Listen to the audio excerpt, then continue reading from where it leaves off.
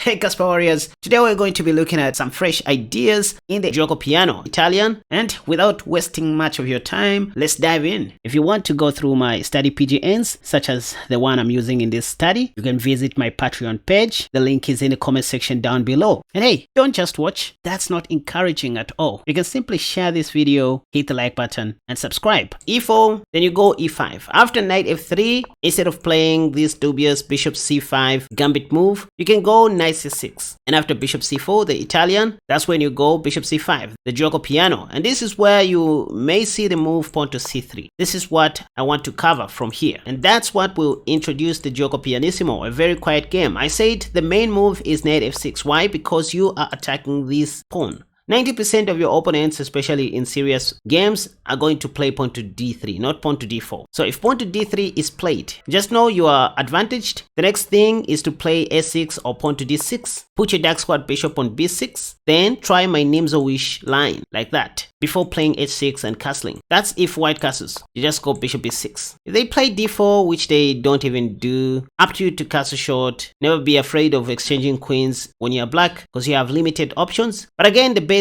is just to take in this position. Point is after pawn takes. You can even go bishop g4, pinning that knight to the queen that is under attack. If d5, you simply have knight d4 and that's it. If queen a4 check, you can even come back, bishop d7, queen d1, and life goes on.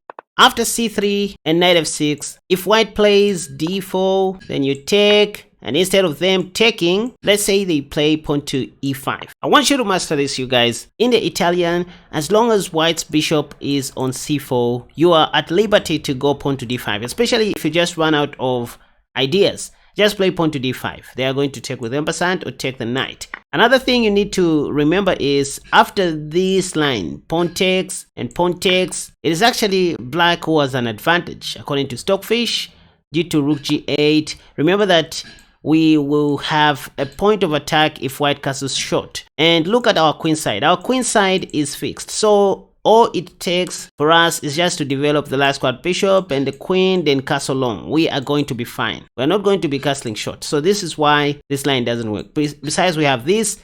If pawn takes, you can even take back with the knight, threatening to take, or play bishop g4. So if knight takes, we take back with the bishop. If bishop e3, we can even win the rook. That's it. And these are some of the reasons why most advanced players don't even bother to go pawn to d4 when you play knight f6, because I mean that just runs into pawn takes. If pawn to e5, you always have d5. This is the only thing you need to know. And if pawn takes, you have bishop takes. The most crucial line to study is the knight c3 line, which is the Greco's attack. I'll show you a bit more about this, so stay tuned. Most of your opponents are going to play bishop d2 without thinking much. Again, I propose to oversimplify the game like this. Take, because they're going to take back with their queen's knight. Now remember this line, you guys. Since you seem to be worried about these two pawns, you can simply get rid of the e4 pawn like this. There is nothing happening. Why is this okay? Because if knight takes, you have pawn to d5. At the end of the day, white is going to remain with an isolated pawn. It's all about an isolated pawn. If they take, you take back like that.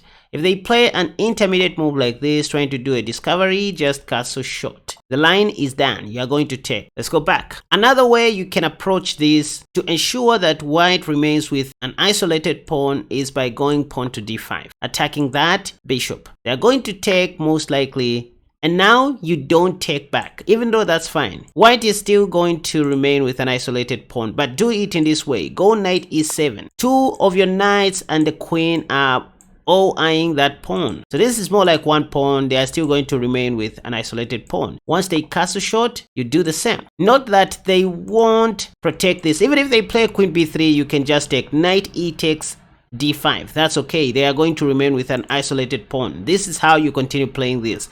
If they play rook e1, again you can just play knight e takes d5. Again, there is an isolated pawn. So this is how you control this position, you guys. Again, that's how you approach the Giuoco Pianissimo, where white plays pawn to d4 immediately. They don't have to do that. They just need to play d3, allowing you to play your thing, like, you know, all that stuff. Again, after d4 and pawn takes, and bishop check, if they choose to block with the knight, you can find a way to make them remain with an isolated pawn on d4. This is where your eyes should be. First, I would start with knight takes. If I were you, there's too much pressure here. Now this is what they call the Greco's attack. Don't be overzealous, taking in the knight c3 line of this variation, or precisely in the Greco's attack. If you want to take on c3, make sure to take with the bishop, not with the knight. That's the only thing you need to know, because white has all those tactics like queen b3. In the long run, they have bishop a3, all those things. They are going to castle. This is the main line,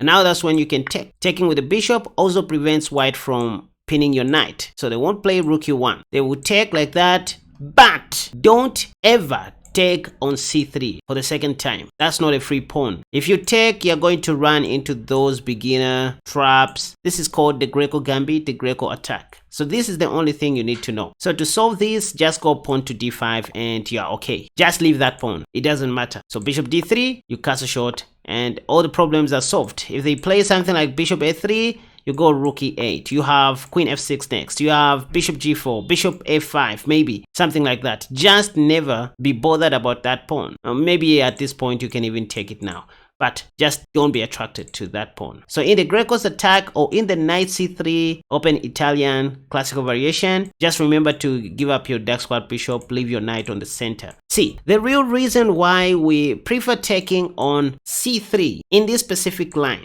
is to let our knight stay on e4 for good, like we do in the Budapest. We want, white to commit. Sooner or later, they are going to help us position our pawns very well. So, if anything, just remember that a knight on the center is more powerful than any piece on the board. So, it is covering all these highlighted squares. You can see how powerful that knight is. This is to say there are certain moves that white can't make because of that knight. So, we want our knight to stay on the board. That's the secret. And that's why we take on c3 with the bishop, not with the knight, because in the Greco's attack, the black knight on e4 controls more squares. We want white to do something about our knight so that we can take back with our pawn, just like we do in the Budapest. Anywho, if pawn to c3, always remember to go knight f6. That attacks the pawn. Of course, the main line is d3, protecting the e4 pawn, after which you can safely go d6. Your plan from here should be bishop b6, go knight c e7, then put that knight on g6 before playing h6 and castling.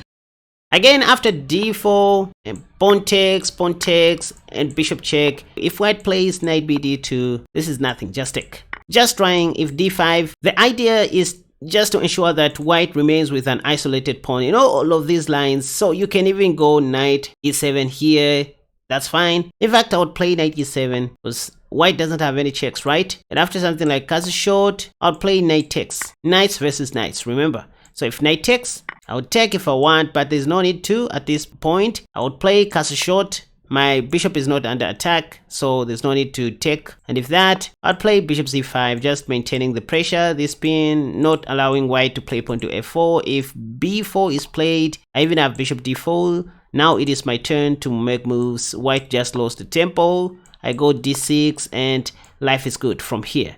Look at that. And hey, if you really care about this channel and want to see us grow, click the subscribe button. Also, don't forget to turn on the bell notification icon for all my content. That way you won't miss any of my future uploads. Lastly, to get this free study PGN that I'm using in this video, simply scroll all the way down to the comment section and click the first link that you see, which will redirect you to a page that will ask you to subscribe before getting this PGN for free.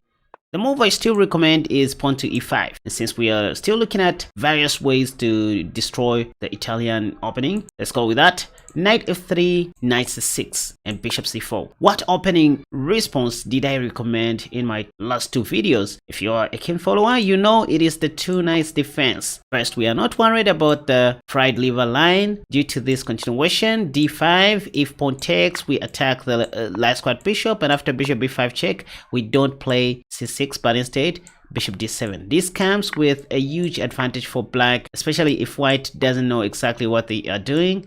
Many other times we even go long instead of castling short. By the way, never be afraid of the move before we have bishop takes. We're not going to look at this. I did cover this in my last two videos. I mean that line. The other move you might see after knight f6 is the immediate pawn to d3, and I recommended 2 moves in this specific position. This is just a normal Italian 2 knights defense stuff. First, you can play bishop c5 if you want. That's the main line, and continue playing normal chess. And if you just want to surprise your opponent, consider playing my new recommendation or my new discovery, bishop b4 check. So what this does is it provokes white to push pawn to c3. By doing so, you just prevented them to play knight c3 in the near future. In other words, white is not going to play knight c3 anytime soon. So they will have to develop that knight passively like that, as they do in the Giuoco Pianissimo. Bishop a5. White has no time to play pawn to d4, to be honest, because the c3 pawn is pinned. Not to mention that the e4 pawn is now free. There is no queen f4 check to win that. But the simplest you can do in this position is just to take. Since white can't take back, and if that happens, you simply put your king to safety, so that if knight takes, you take back with your b pawn. End of line. Your next task will be to push pawn to d5, take back like that to fix your pawn structure, and that will automatically pave the way for your light square bishop.